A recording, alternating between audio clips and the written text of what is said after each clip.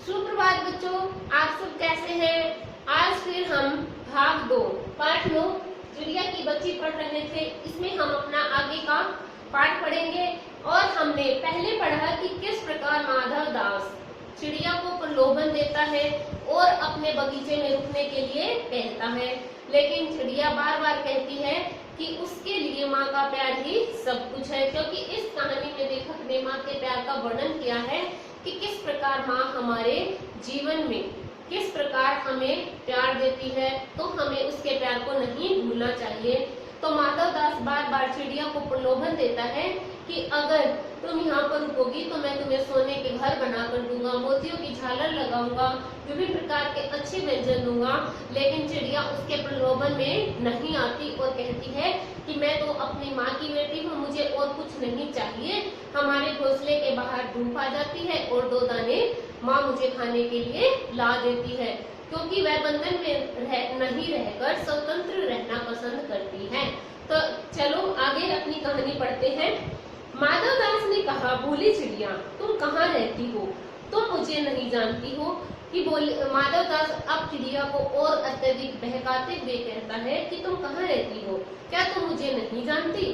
चिड़िया, मैं माँ को जानती हूँ, भाई को जानती हूँ, सूरज को और उसकी धूप को जानती हूँ, घास पानी और फूलों को जानती हूँ। महामान्य, तुम कौन हो? मैं तुम्हें नहीं जानती। कि चिड़िया अपने शांत स्वभाव से कहती है कि मैं अपनी माँ को जानती हूँ, अपने भाई को जानती हूँ, सूरज को जानती हूँ, घास को जानती हूँ, फूलों को जानती हूँ, लेकिन हे महामान्य, हे श्रीमान जी, मैं आपको नहीं जानती। माधव दास, तुम भोली हो चिड़िया, तुमने मुझे नहीं जाना, तब तुमने कुछ नहीं जाना। मैं ही तो हूँ सेठ माधव दास, मेरे पास क्या नहीं है, जो मांगो मैं वही दे सकता हूँ। कि माधव दास अपना बखान करते हुए, अपनी बड़ाई करते हुए कहता है कि तुम भोली चिड़िया हो, तुमने अगर मुझे नहीं जाना तो किसी को भी नहीं जाना। मेरा नाम सेठ माधव दास है और तुम जो अगर कुछ भी मांगो तो मैं वो तुम्हारे लिए उपलब्ध करा सकता हूँ। चिड़िया, पर मेरी तो छोटी सी जात है, उसके पास सब कुछ है, तो तब मुझे जाने दीजिए। मेरी तो छोटी सी जात है कि मैं तो एक छोटी सी चिड़िया हूँ और मेरे पास, आपके पास तो सब कुछ है, तो मुझे जाने दीजिए। कि आपके पास सब कुछ है तो आप मुझे प्रलोभन क्यों दे रहे हो, मुझे पकड़ना क्यों चाहते हो? मैं जाना चाहती हूँ।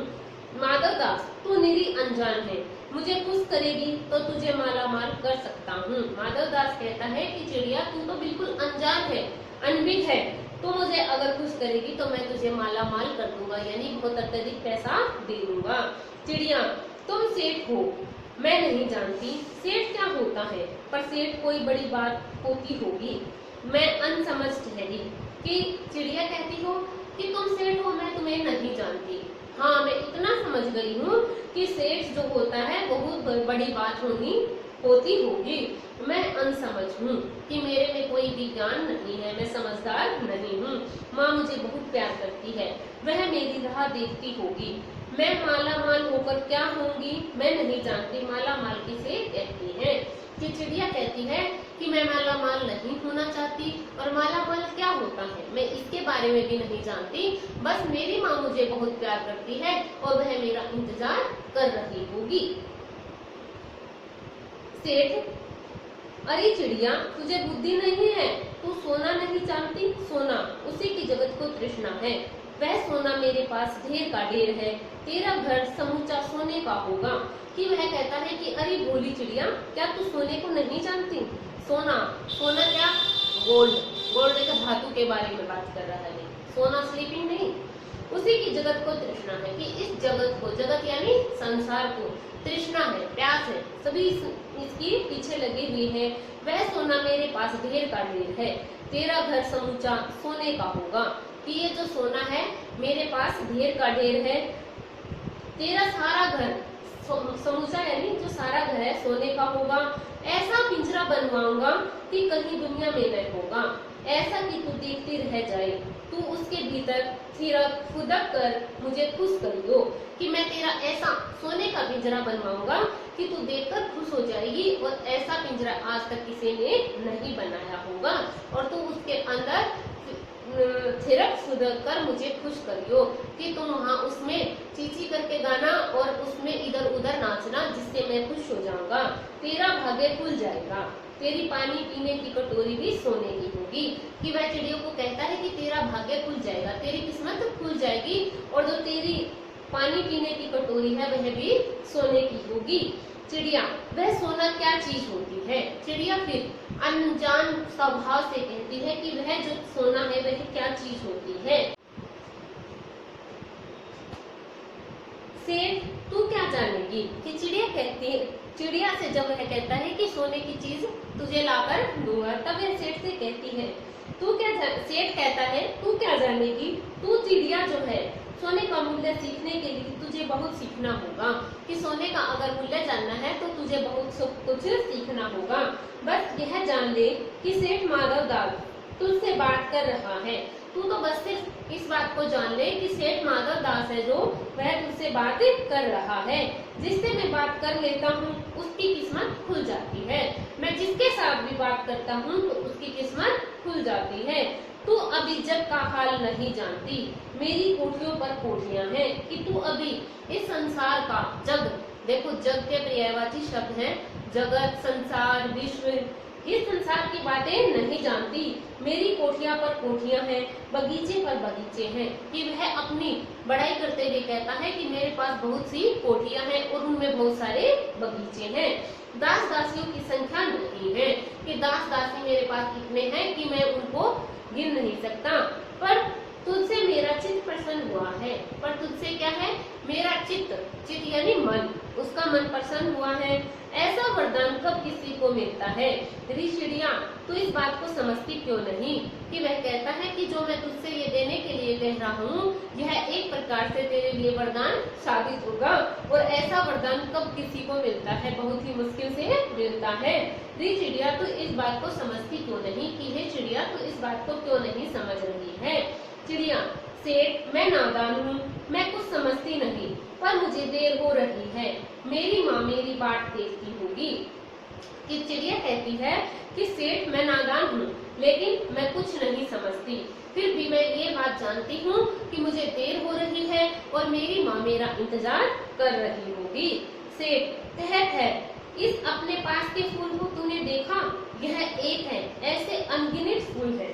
कि वह फिर उसको कहता है कि जैसे ही वह उड़ने को होती है, फिर वह उसे रोक लेता है और कहता है कि ठहर ठहर, तो अगर देखे तो ध्यान से, तेरे पास जो ये पास में फूल है, ऐसे तो अनगिनत फूल है, अनगिनत जिसको गिना न जा सके, ऐसी अनगिनती फूल मेरे बगीचों में है। कि ऐसे फूल हैं जो मेरे बगीचों में बहुत हैं।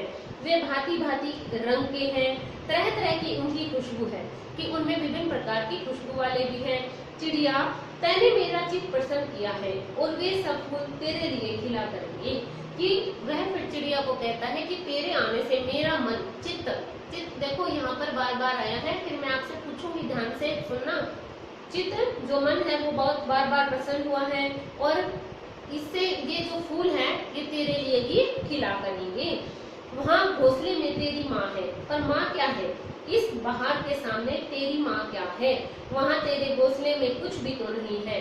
तू अपने को नहीं देखती? कैसी सुंदर तेरी गर्दन, कैसी रंगीन देह, तू अपने मूल्य को क्यों नहीं देखती? कि वह उसको फिर प्रलोभन देते हुए कहता है कि जिस घोंसले में तुम जाना चाहती हो उसमें ऐसा क्या रखा है? तुम्हारी माँ के पास क्या है? उस घोंसले के अंदर क्या है कि तेरी माँ तुझे क्या दे सकती है? लेकिन तू अपने आप को देख, तू कितनी सुंदर है, तेरी गर्दन कितनी सुंदर है और तेरा शरीर, देह यानी तेरा जो शरीर है कितना रंगीन है। तू अपने मूल्य को क्यों नहीं समझती कि सेठ माधव दास तुझे अपने पास रखना चाहता है? मैं तुझे सोने से मढ़कर तेरी मूल्य को चमका दूंगा। कि मैं तुझे सोने की धातु के पास रखकर तेरे को सोने की चीजें दे देकर तेरे मूल्य को चमका दूंगा। तैने मेरे चित्त को प्रसन्न किया है, तू मत जा, यहीं रहे। कि फिर वह बार बार कहता है कि तूने मेरे मन को प्रसन्न किया है, तू यहीं पर रहे, मैं खुश हो गया हूँ।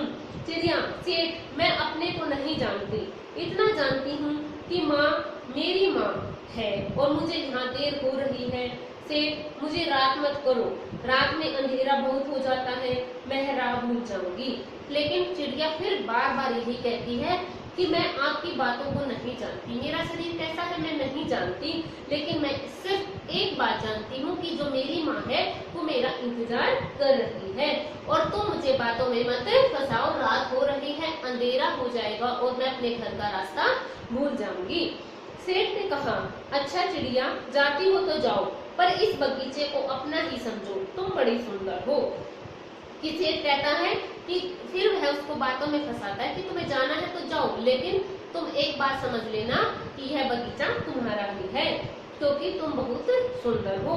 यह कहने के साथ ही सेठ ने एक बटन दबा दिया कि जैसे उसने यह कहा और नीचे से एक बटन को दबा दिया, उसके दबने से दूर कोठी के अंदर आवाज हुई, जिसे सुनकर एक दास झटपट भागकर बाहर आया। यह सब क्षण भर में हो गया और चिड़िया कुछ भी नहीं समझी कि जैसे ही उसने बटन दबाया उसकी आवाज कोठी के अंदर हुई और वहां से एक दास यानी एक नौकर आया और वह झटपट बाहर आ गया बिल्कुल एकदम से। यह सब क्षण भर में हो गया, यानी कि ये सब जो था एक पल में ही हो गया। चिड़िया की समझ में कुछ भी नहीं आया। सेठ कहते रही, तुम अभी माँ के पास जाओ, माँ बाट देखती होगी, पर कल आओगी ना, कल आना, परसों आना, रोज आना। तो वह चिड़िया को बातों में फंसाने की कोशिश करता है कि ठीक है तुम अब अपनी माँ के पास जाओ, लेकिन तुम कल आना, रोज आना, परसों आना और हर रोज आना। यह कहते कहते दास को सेठ ने इशारा कर दिया और वह चिड़िया को पकड़ने के जतन में चला। यह कहते कहते उसने अपने नौकर को इशारे से कहा कि इस चिड़िया को पकड़ लो और वह उस चिड़िया को पकड़ने का प्रयत्न करने लगा, कोशिश करने लगा। सेठ कहते रहे, सच तू बड़ी सुंदर लगती हो, तुम बड़ी सुंदर लगती हो। तुम्हारे भाई बहन हैं? कितने भाई बहन हैं? कि वह अब उसको बातों में फंसाता है और पूछता है कि तुम कितने बहन भाई हो और तुम्हारे कितने बहन भाई हैं? चिड़िया, 2 बहन 1 भाई, पर मुझे देर हो रही है। वह बार बार कहती है कि मुझे देर हो रही है।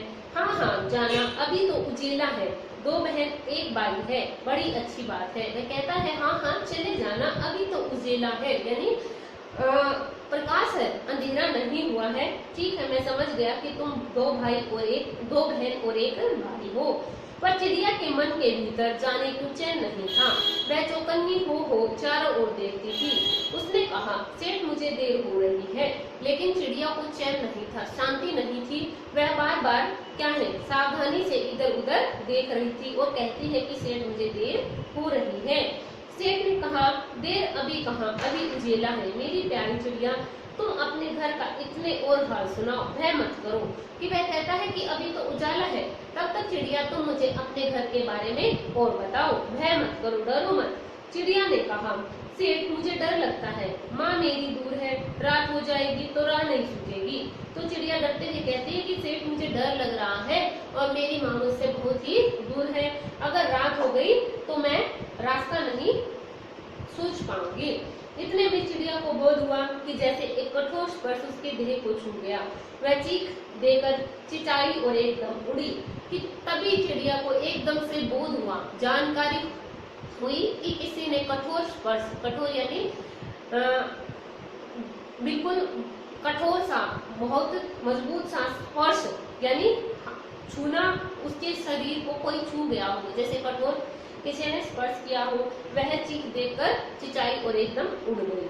नौकर के फैले हुए पंजे से वह आकर भी नहीं आ सकी कि नौकर ने जो पंजा उसको पकड़ने के लिए फैलाया था वह उससे निकल गई। वह उड़ती हुई एक सांस में माँ के पास गई और माँ की गोद में गिरकर सुबकने लगी, ओ माँ ओ माँ। और वह वहां पर एक पल के लिए नहीं रुकी और एक सांस में ही लगातार वह उड़ते हुए अपनी माँ के पास चली गई और उसकी गोद में चिपक कर कहने लगी, ओ माँ। माँ ने बच्ची को छाती से चिपटाकर पूछा, क्या है मेरी बच्ची, क्या है? पर बच्ची कांप कर माँ की छाती से और चिपक गई, बोली, कुछ नहीं, बस सुबकती रही, ओ माँ ओ माँ। कि चिड़िया की बच्ची अपनी माँ के पास गई और उसकी छाती से चिपटकर कांपती रही और कहती रही, ओ माँ। बड़ी देर में उसे ढांढस बंधा और तब वह पलक नीचकर छाती में ही चिपक कर सोई, जैसे अब पलक नहीं खोलेगी। और अब उसका मन बिल्कुल बिल्कुल बहुत देर में शांत हुआ। ढाढ़स मतलब संतोष हुआ, उसे बहुत अत्यधिक देर में संतोष हुआ और वह अपनी आंखें मीचकर, आंखें बंद करके अपनी माँ की छाती से चिपक कर सो गई और अब वह पलक नहीं खोलेगी। और ऐसे कोशिश कर रही थी, दिखा रही थी कि वह अब पलक नहीं खोलेगी, अपनी आंखें नहीं खोलेगी। तो बच्चों, इस पाठ से हमने, इस कहानी से हमने यह सीखा कि हमें अपनी माँ के महत्व को समझना चाहिए, किसी भी प्रकार के प्रलोभन में नहीं आना चाहिए। चिड़िया और माधवदास दोनों के मनोभाव में अंतर है, मन के भावों में अंतर है। क्या अंतर है कि चिड़िया को माधवदास पकड़ना चाहता है अपने मन को खुश करने के लिए, लेकिन चिड़िया अपनी माँ के लिए, अपनी माँ के प्यार के लिए, अपनी माँ के प्यार के आगे किसी भी चीज को महत्व नहीं देती। तो बच्चों, आशा करती हूँ कि आपको यह कहानी अच्छे से समझ में आ गई होगी। फिर भी अगर किसी प्रकार का कोई भी कंफ्यूजन है तो आप कमेंट सेक्शन में लिखकर जरूर पूछें। Thank you, have a nice day.